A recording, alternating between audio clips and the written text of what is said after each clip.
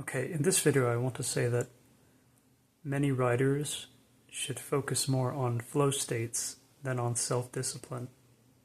Or many writers should make use of flow states more often than they make use of self-discipline to try to write whatever would be regarded as a masterpiece for them in particular.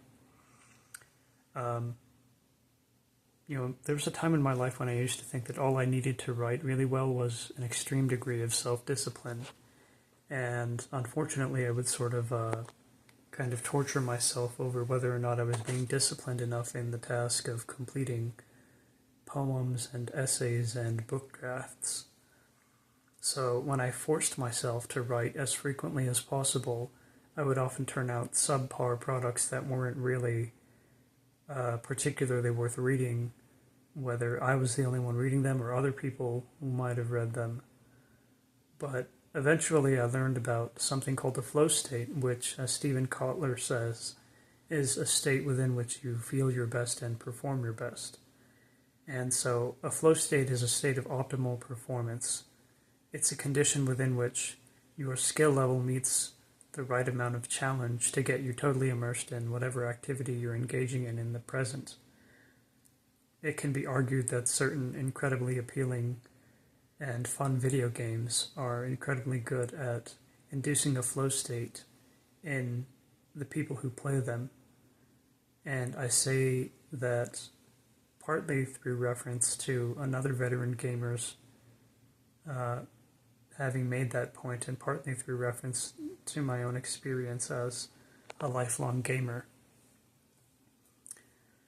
When I started focusing on just doing some sort of practically sacred ritual, such as that of drinking a nice cup of unsweetened herbal tea before I start writing in silence alone in my room or in some other area in my current living space, I was able to turn out informational products that are of a much higher quality than my previously much more effortful writings ever were. Because in the latter condition in which I was in a flow state, I was basically in the zone, the optimal lifestyle conditions that surrounded the task of writing made it so that I didn't have to agonize over whether or not I was working sufficiently hard on the completion of any given writing project I was working on.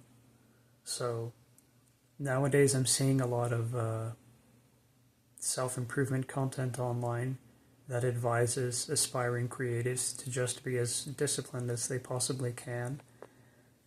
But I think that could be dangerous insofar as it prevents many people from discovering the right conditions through which they personally can summon up a performance-optimizing flow state that they can reliably use to turn out high-quality informational products without burning out.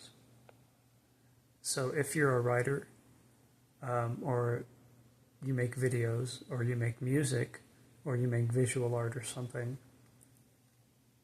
if you're a creative, focus more on flow states than on self-discipline. If you're a creative, maximize your flow state access, not your self-discipline.